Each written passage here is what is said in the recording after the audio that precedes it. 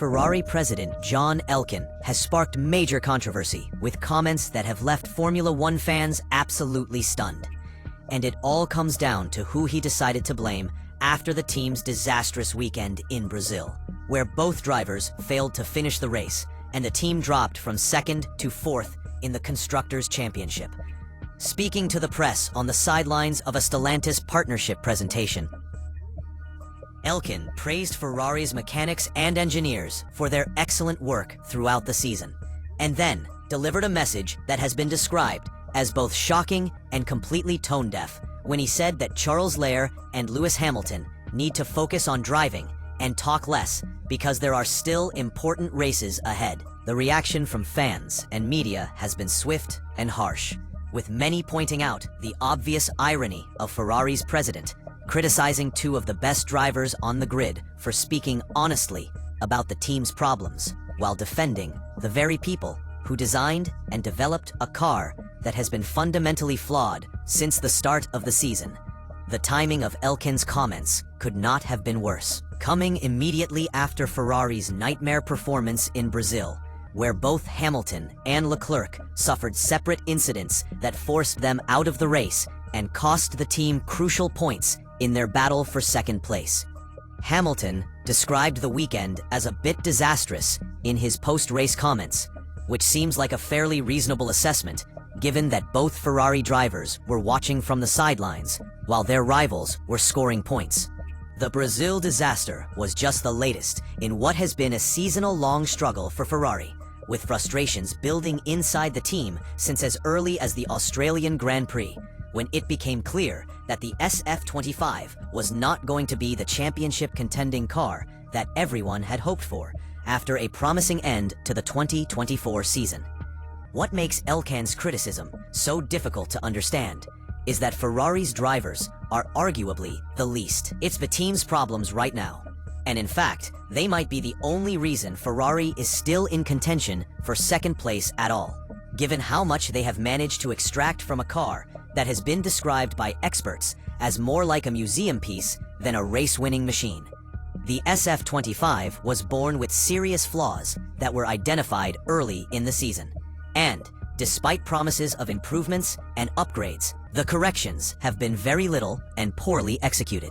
The biggest issue has been the car's inability to run at the ideal ride height needed to generate sufficient downforce, which is a fundamental problem with the floor design that affects everything else about how the car performs. Former Ferrari engineers who have analyzed the SF25's weaknesses have identified this ride height problem as one of two fundamental issues behind the team's poor performance, and the fact that it has not been properly fixed after more than half a season tells you everything you need to know. Charles Leclerc has been performing absolute miracles with the machinery he has been given, consistently extracting more from the car than it has any right to deliver through sheer driving talent. His qualifying performance in Brazil was described as an incredible lap that showcased exactly what he is capable of when he pushes the car to its absolute limit. And yet, Elkann's response is to tell him to talk less and focus on driving. As if the problem is that Leclerc is not concentrating hard enough. Lewis Hamilton's situation is perhaps even more frustrating because he joined Ferrari with such high expectations after spending years at Mercedes winning multiple championships. The seven-time world champion made the move believing he would have the machinery to fight for victories. But the reality has been completely different. Hamilton has managed just 148 points throughout the entire season, which is far below what anyone expected. But this has nothing to do with a lack of effort, and everything to do with the limitations of the car. The irony of John Elkann praising Ferrari's engineers while criticizing the drivers has not been lost on anyone following the team's struggles this season. Because while the mechanics have been performing excellent pit stops and the engineers have been working incredibly hard, the fundamental problem is that the car they designed was simply not good enough. Ferrari made what has been described as a costly development error early in the season, and rather than committing fully to fixing the SF25, the team made the decision to halt development early and freeze the aerodynamic package while shifting resources toward the 2026 car. This decision might make sense from a long-term strategic perspective, given the major regulation changes coming in 2026. But it has left the SF25 struggling for the remainder of this season, and has essentially written off any chance of competing for victories in 2025. What happens next for Ferrari depends almost entirely on how well they execute their 2026 project, because the new regulations represent a chance to reset and start fresh with the opportunity to avoid repeating the mistakes that have plagued them in recent seasons. Ferrari is already finalizing its first chassis for the new technical era, with FIA homologation expected to happen very soon, and the team has decided to take a more conservative approach that aligns with the new standards. The problem is that there are already concerns emerging about Ferrari's 2026 power unit, with rumors suggesting that the engine could have around 30 horsepower less than Mercedes' unit, which would be absolutely disastrous if it turns out to be true, because starting the new regulation era with a significant power deficit would make it nearly impossible to compete at the front. Charles Leclerc has reportedly given Ferrari a big warning about 2026, making it clear that if the team messes up again at the start of the new regulation cycle and shows the same kind of wayward car development that has undermined them in recent seasons, then the consequences could be severe.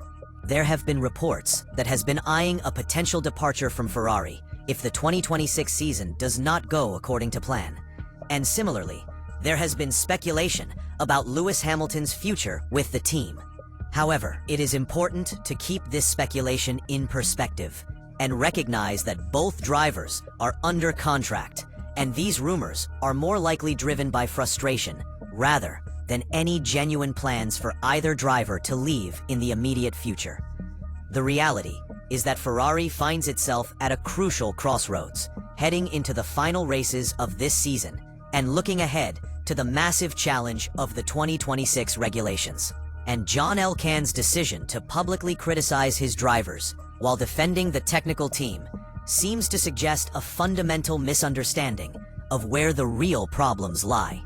Victories and defeats in Formula One are always collective efforts that involve everyone, from the designers and engineers to the mechanics and drivers. And singling out Hamilton and Leclerc for criticism when they have been performing at an extremely high level with inadequate machinery sends completely the wrong message. Ferrari has not won a championship in almost 20 years, despite having some of the best drivers in the sport during that time, which clearly indicates that the problems run much deeper than driver performance. What Ferrari needs going into 2026 is not drivers who talk less, but rather a technical package that actually works properly from the start of the season, an engine that can compete on equal terms with Mercedes and the other manufacturers, and a development process that does not lead to costly errors. The team needs to learn from the mistakes of 2025 and ensure that they do not repeat the same patterns of flawed initial designs that have characterized their recent seasons.